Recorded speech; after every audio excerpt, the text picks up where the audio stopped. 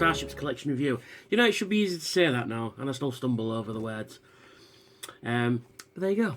Yes, coming to you on this rather lovely 20th of April 2016. It's rather lovely out there. I don't think it's just nearly t-shirt weather. I don't think it's not quite warm yet, that warm yet, but it ain't far away. So, yes, anyway, back to the business at hand. We have the Klingon transport ship, Goroth's Klingon transport ship. So, as per usual, we've got the magazine and the ship itself. So, more on that in a little while. So, yeah. Go for the magazine, as per usual. Goroth's Klingon transport ship. Specification. Operated by the Klingon Empire. Type transport. Service mid-23rd century. Meters 88 approximately. Crew 7. Top speed warp 5. Weaponry disruptors and photon torpedoes. Captain Goroth. And we've got a nice rear shot of the ship there, which is a bit strange to be using that shot, because it's not all that interesting from that angle, to be honest. The Klingons who also operated another transport ship in the 22nd century, which had approximately 55 metres in length, was appropriated by Aransen refugees and used to flee from the planet Raturas after being annexed by Stripmanned and by the Klingons. So there we go. We're going to the history of the episode it comes from. It's more than a match for the NX-01 there, which is pretty cool. Take note of this section. I'll come on to that in a moment. Yeah, it's pretty cool. And we've got the topographical view of the ship. Yes, I'm stealing that from the Geekology boys. I don't know what to call it. So the topographical view there goes into various parts of the ship, including Klingon vessel of the 22nd century, where said to have hulls twice as thick as those on Starfleet's NX class. They were also covered with dispersive armour, so very much like polarised hull plane. Goroth's ship was well armed, considering it was used mainly for transport duties, but it didn't have the firepower to beat Enterprise.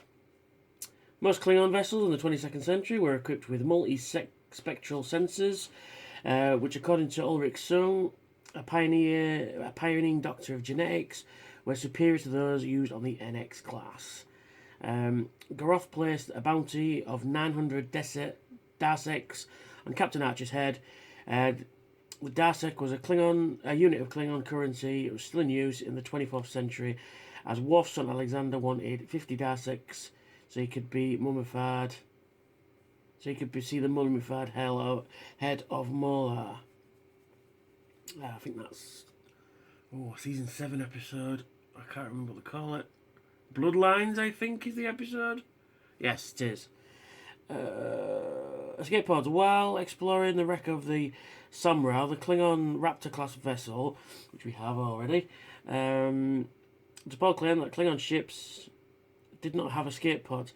She obviously mistaken, as both Goroth's ship and some bird of prey featured escape pods. And then we've got the designing of the ship. Looks very John Eavesy, if I'm honest.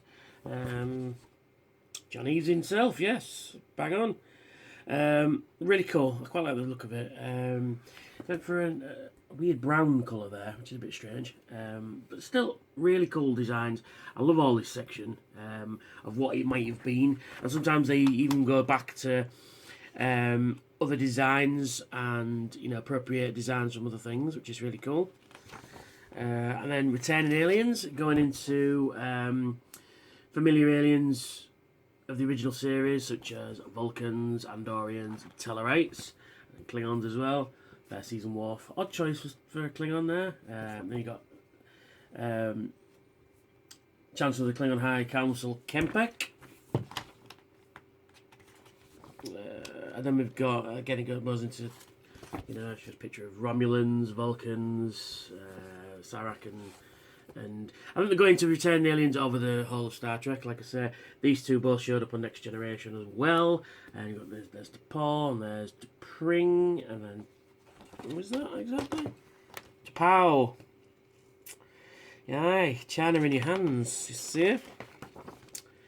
And then going into the next generation and stuff like that, and because I think Gene Roddenberry said he didn't want to see any original series villains, or original series aliens, you know, because that's the only appearance of an Andorian you see in the 24th century that I can remember.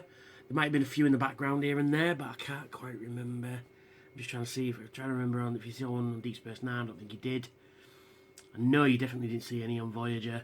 But yeah, and then they brought them back for Enterprise and gave them animatronic antenna, and then we see tlhItes from the original series, and then everybody's favourite and my favourite too, Orion slave girls, and then we got more tlhItes there and Andorians, and then we've got on screen first appearance is Bounty, Star Trek Enterprise. I think it's the only appearance actually it comes in. Jordan Lund, who made third appearance on Star Trek franchise as a tlhIte Skalar in Bounty, had also previously played a Klingon named tlhIngan, who fought Gowron in the Next Generation episode Redemption Part 2. He also played Bajoran Wuban in Deep Space Nine episode The Storyteller. Fittingly, as Skalar, Lund once again played opposite Robert O'Reilly, who portrayed rival bounty hunter Dargo Kar. That sounds familiar. Kar Dargo? Anybody? O'Reilly's best known for Klingon audience as the Klingon Gowron. tlhIte space station used in by Skalar was a reuse of the Monyak shipyards from Deep Space Nine episodes Shadows and Symbols. It was also used as the Kelvis repair facility in Attacking Into the Wind. Before Star Trek Enterprise episode Bounty, we assumed that only Vulcan males underwent Ponfar. In this episode, T'Pol revealed that Vulcan females also experienced the ritual, in which they had to mate within 8 days, or the neurochemical imbalance caused by the condition would result in their death, you know, as you do. And next issue 72, we're getting the Enterprise A. Now, please, Eagle Moss, please make it good. Please make it good. Please make it better than this one. It's the wrong colour. I don't like this bit. And then the cells are blue, even though I've sharpened them up. It doesn't look like coming off on camera like that, because it's... Yeah, I've tried to sharpen them up. I need to get some proper paint, actually. But, yeah, nah. It needs to be sort of a whitey colour. And just be good. Anyway, that's the magazine done for this one. So, we're going to go into the ship itself. And here it is. Not bad. Fairly generic, as ships go. It does have some light piping in the nacelles there. Yeah, can you just make it out? Yeah, you can just make the plastic in the nacelles there, clear plastic. Yeah, as I was mentioning the torpedo launcher, they painted it the wrong colours. That's the torpedo launcher at the front there, which mimics all the other Birds of Prey and battle cruisers and stuff like that torpedo launcher. But what they should have done was paint that bit black, and then the bit that's sticking out just in here should be red. But you know, it's not too bad. Detail on it is fantastic, and it's heavy as well. All the top metal, bottom plastic, which is usually the case these days. But look at the detail on the bottom there. You've got all this detail. I'm not even sure what these things are. Now, does it say in the magazine? Let's have a look.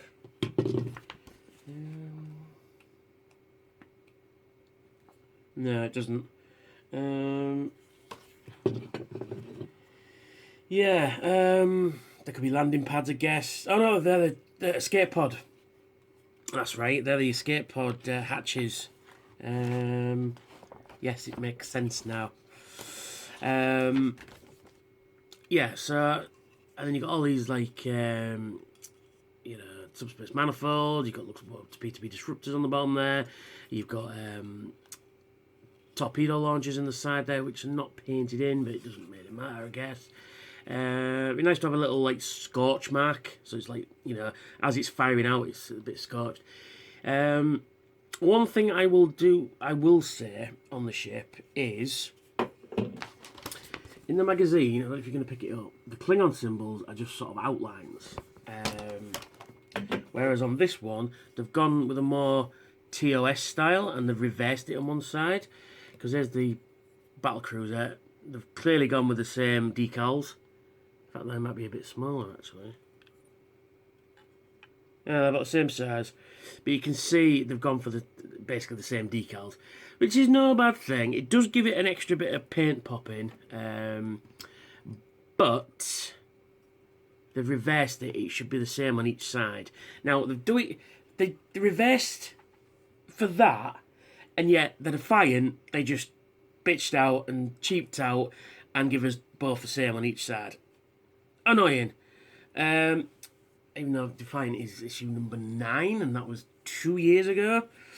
But yeah, just looking at it, very Elite Dangerous. If you've ever played Elite Dangerous, the ships in that are not unlike this one. It's a really good game, that. That is a fantastic game. If you get a chance to play Elite Dangerous and you like space games, space shooters, it's amazing. And apparently there is something like 100,000 light years to explore. Something stupid like that. And each planet's different and it looks amazing. And you can dock at space stations and you can,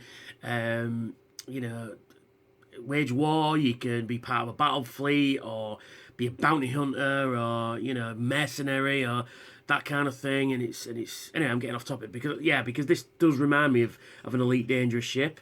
Am I glad it's in the collection? Yeah, it's a nice extra Klingon ship, I guess. I'm not sure what's going on with this bit. It does kind of look like the front end of a bird of prey, which I haven't got one to handy. Oh, wait a minute.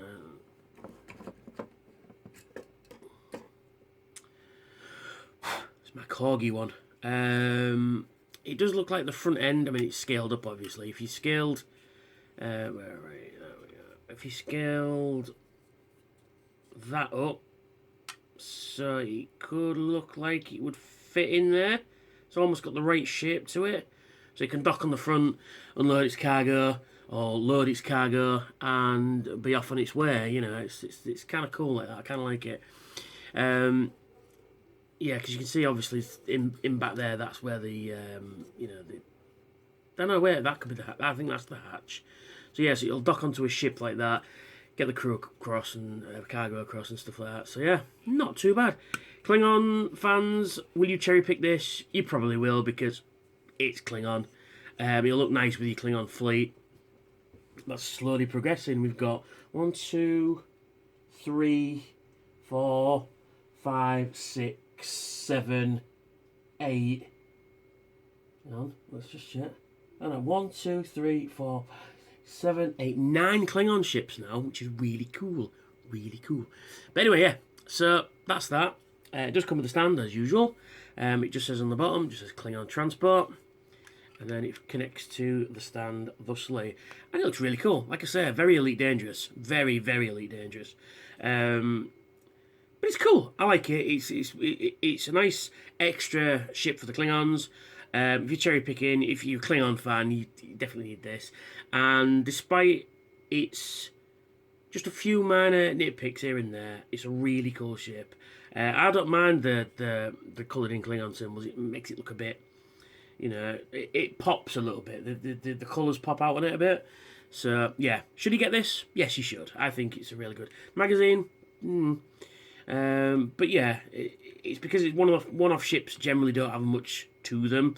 So anyway, I ranted a bit.